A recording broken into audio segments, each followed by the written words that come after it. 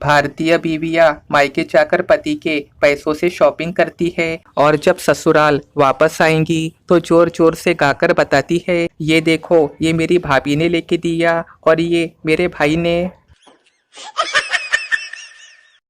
एक पति ने गूगल से पूछा, पत्नियों की क्या क्या ख्वाहिश होती है। आज छठा दिन है, गूगल चुप होने का नाम ही नहीं ले रहा है।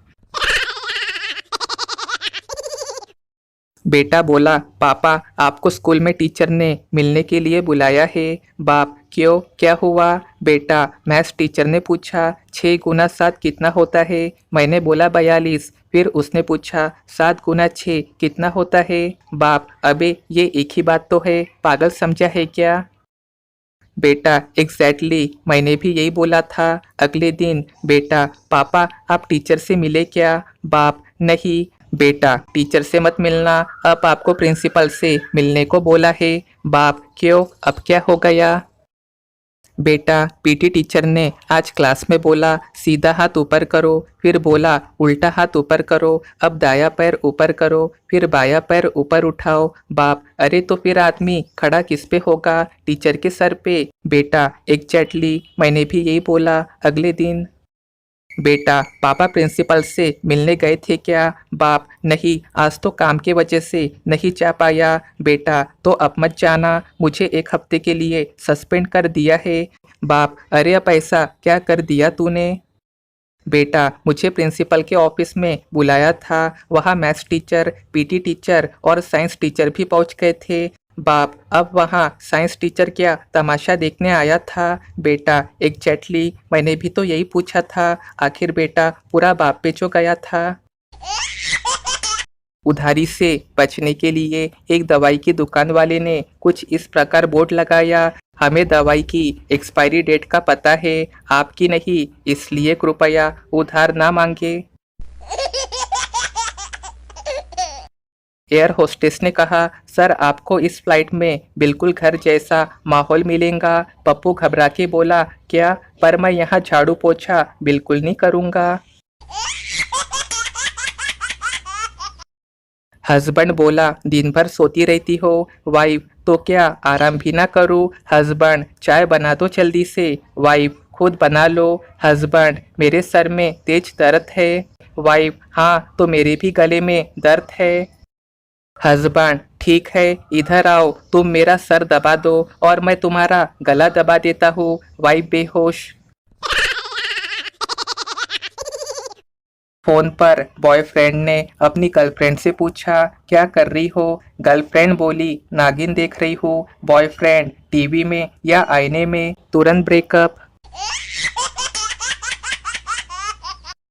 इलेक्ट्रिक स्कूटी वालों, और कुछ नहीं तो कम से कम 1 घंटे ही लटका लो स्कूटी में, साइड से सर करके निकल जाते हो और कानों कान खबर नहीं होती है। घोर कलयुग है। एक वो दिन था जब नारी के वस्त्र हरण की वजह से महाभारत हुई थी, और आज ये दिन है कि अब नारी को पूरे वस्त्र पहनने के लिए बोल दे तो घर में महाभारत हो जाती है। जब आपको पता नहीं चल रहा है कि आपकी ज़िंदगी में क्या चल रहा है तो अपने पड़ोसियों के पास चले जाए, साले सब खबर रखते हैं। भारत में धंधा करने वालों में भी गजब का टैलेंट है। कल एक साइकिल की दुकान पे लगे बोर्ड पे लिखा था, हम बढ़ते पेट्रोल की कीमत से ही नहीं, बढ़ते पेट से भी बचाते हैं। डॉक्टर ने पप्पू मरीज को रोजाना 8 से 10 किलोमीटर चलने को कहा। साल भर बाद पप्पू मरीज ने डॉक्टर को फोन किया कि अफगानिस्तान पहुंच गया हूँ, यही रुक जाओ या आगे बांग्लादेश निकल जाओ। डॉक्टर बेहोश।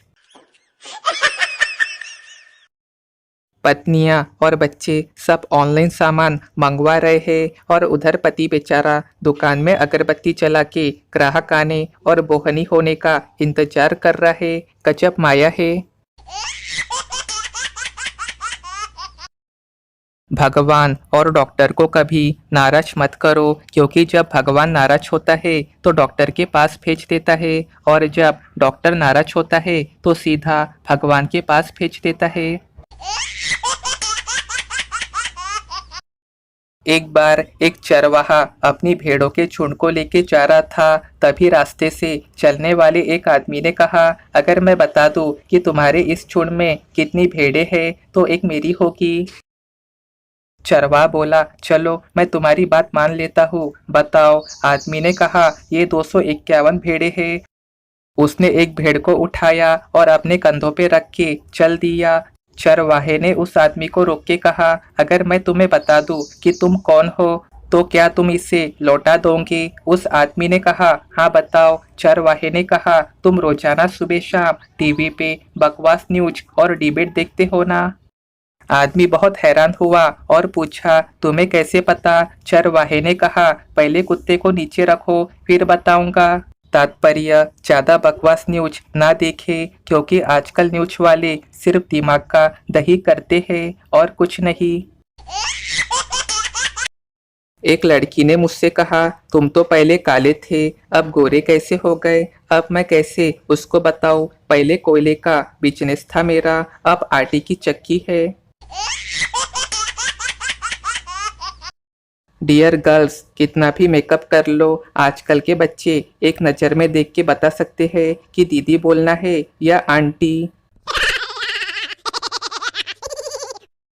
चाय में गिरे हुए बिस्किट को दूसरे बिस्किट से निकालने की कोशिश ना करे, वरना जो हाथ में है उससे भी हाथ धो बैठेंगे। वैसे ही आपकी एक बीवी है, उसी से खुश रहे, दूसरे के चक्कर में ना पड़े, नहीं तो पहले से भी हाथ धोना पड़ सकता है। जनहित में जारी।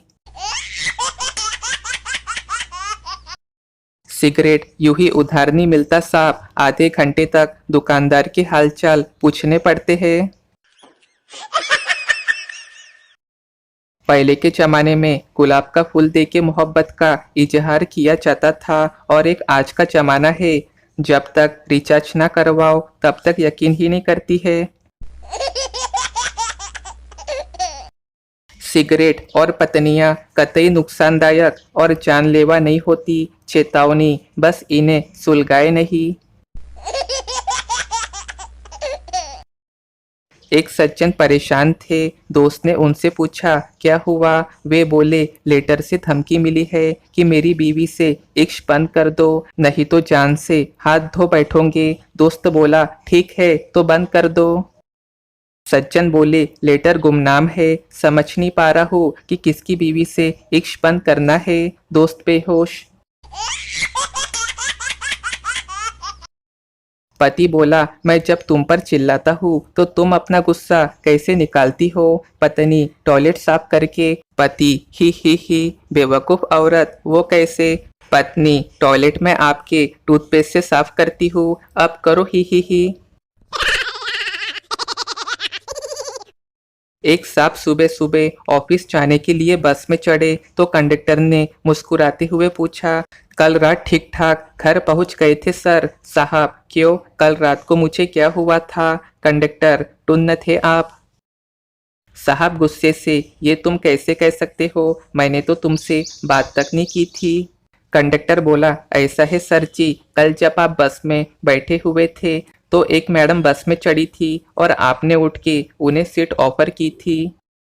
साहब बोले, तो लेडीज को सीट ऑफर करना गुनाह है क्या? कंडक्टर बोला, गुनाह तो नहीं है सर, पर उस समय बस में केवल आप दो ही पैसेंजर थे। ये सुन साहब बेहोश हो गए।